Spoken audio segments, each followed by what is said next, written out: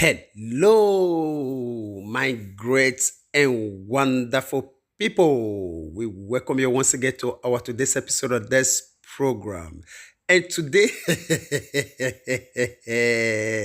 I bet make una no vex. We get this Obewe. You know what is called Obewe? Goat hand. When he be say he call himself governor. When he name na Dave Umahi, when he be say he dey warn the people of Ebonyi, say make they not obey sit-at-home order because of the trial of Mazi Nnamdi Kanu, when he be the leader of indigenous people of Biafra. Who you be, Dave Umahi, when he be say he want give order to Ebonyi people, say make they not obey sit-at-home order in honor of Mazi Nnamdi Kanu? Because say you be governor, we laugh you in Kafashan language. Yes. Share today na the D-Day. You say you don't give order to a boy. People say may they not obey sit-at-home order. All because of say you be governor. Abi, we will know now whether that position of governor really guarantee you that authority over your people. Not be just to talk, say I be governor. Now wetin you do, now in will give you that honor. When it be say you will take talk to people, they will obey. Then may we watch and see. All right, my great and wonderful people, may we do one or two readings for inside this very one. Then we will conclude together for the comment session. And as we put our hand there for inside this matter, they can make us understand, say, the Ebonyi state government don't want the resident of the states, say may they not obey the sit-at-home order, but the indigenous people of Biafra, IPOB, ahead of their leader's case, which is Mazi Nnamdi Kanu, when he be say it dey come up today. And still on top of the matter, the contour say, the man when he be say that they call Nwachukwu Eze, when he be the state commissioner for markets and parks, don't want the resident of Ebonyi state, say anybody when he be say he obey this sit-at-home order by the people of Biafra, say he will receive a very heavy punishment. And again, the contour say, make we remember, say, IPOB spokesman, when in name na Ima Powerful, don't announce the sit-at-home order for Tuesday, when they be say they will take protest for Mazi Nnamdi Kanu's trial. And again, the contour say, Mazi Nnamdi Kanu's trial before Justice Binta Nyako led Federal High Court for Abuja, it will continue today when it be Tuesday. However, the commissioner don't give directive, which is instruction to all the markets and also park for inside the state, say make them make sure say they open for businesses or their leaders may they prepare to face severe punishment. Which is in another word, if they fail to open their business for this very Tuesday, which is today, may they prepare to face punishment. So this very man, Nwachukwu Eze, may we ask you a question. Now your money, these people take to do their own business. See Africa mentality, see Nigeria. They will come serve punishment because of say now your money, now they start their own business, abi.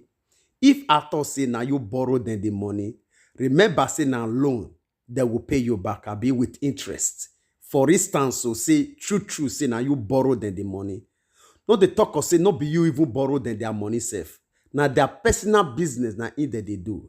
They know they under federal government of Nigeria. If they give directives to them, say, if they not open their shop, may they prepare for punishment, which is to say, you go lock their shop, baby. Africa mentality. If una just get more power, you'll be like, say, una get the whole world.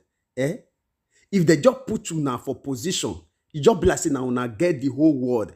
For una mind, the whole world dey on top of una head, abi. You know, one thing not pass be say, all this breeze when be say it dey blow round, it no go take any time before una would dey expose una self one after the other. Yes. Before you know what they happen now, this small position when they be say they give you, so when they shock your head now, like burning fire, they will so still remove them for your head. Then your eye will come clear like water leaf. You see, huh? All right, maybe we still do small for inside. We just say maybe we use the small time to talk to this Nwachukwu Eze when it be say it dey bounce up and down like puff when it be say it overrise. All right, as we put our hand deep together, come talk say, according to AZ, all markets and parks leaders for Ebonyi State by the reason of this announcement made them make sure say markets they open for businesses on Monday, Tuesday, and even Wednesday. And for us to conclude this matter, the contour said the state, which is Ebonyi State, is not there for any way a part of the sit-at-home order by IPOB, made they abeg, made they take strict compliance to these very directives by the government of Ebonyi State. Say it dey very, very important. And anyone when it be say he fail to abide by this rule, when it be say that they give out so, make them know say very heavy punishment they attach to am. All right, my great and wonderful people, this one are the message when it be say we dey receive right now from the government of Ebonyi State, led by this Dave Umahi Obewe. My people make una nervous because it dey very funny to they see this kind of people, they give order to people to obey. You see? You know, one thing when they be say we continue to the talk, not pass they say, if you not do well, no way when they be say you just still stand up overnight, they give I say, because I say these people, they still allow you to sit down as governor of the state. Now it make you just the boldly they come outside. Think say you will feel just other people around. Abi, Dave Umahi, Abi, somebody not they talk to you. If nobody they advise you, if you don't get advisor, I thought say okay, maybe the advisor want to be say you still get now, still obey way like you. You not feel advise yourself. If they give directives to businessmen, when it be say they struggle to lift themselves to the position by the grace of God, when it be say the day to day, they give the order.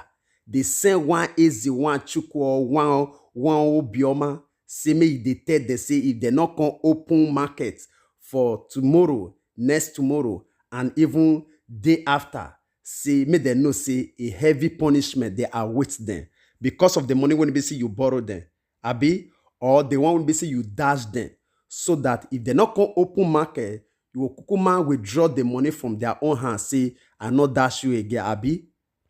Who they advise una? Wetin una put una own mind.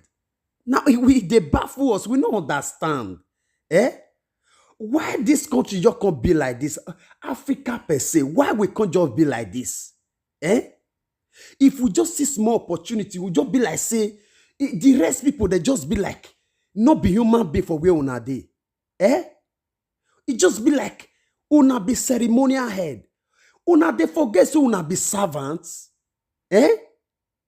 Where you dey? I believe now say you dey come outside say you want to campaign for president. Abi Dave Umahi. You want to campaign for president. The other day we receive news from you. You say Ebonyi State not be part of Biafra. Abi, or because of say you need favor from the hand of Fulani Caliphate. May they not use that eye, they look you, say, okay, if they can't give you opportunity now, Kukuma, you don't cut away from Nigeria. Now, the reason why they say before time, you first deny your people, you deny your culture, you deny your tradition. Abi, now, you want to do another one again. You still they give order to Biafran people, say, may they not try sit at home. So that the Fulani Caliphate will from there see they hear you say you don't want. And I know if truly say paraventure they come outside tomorrow or next tomorrow, you will send your army and your soldier, your police, your Fulani herdsmen, may they go kill them. Then you will already then don't compete for the rights or the side or the faces of this Fulani Caliphate really say you dey fight against the Biafrans. Abi? Not now those one now you want to get grand, Abi. Now those one now you want give you backup, Abi. You want kill your people to get position.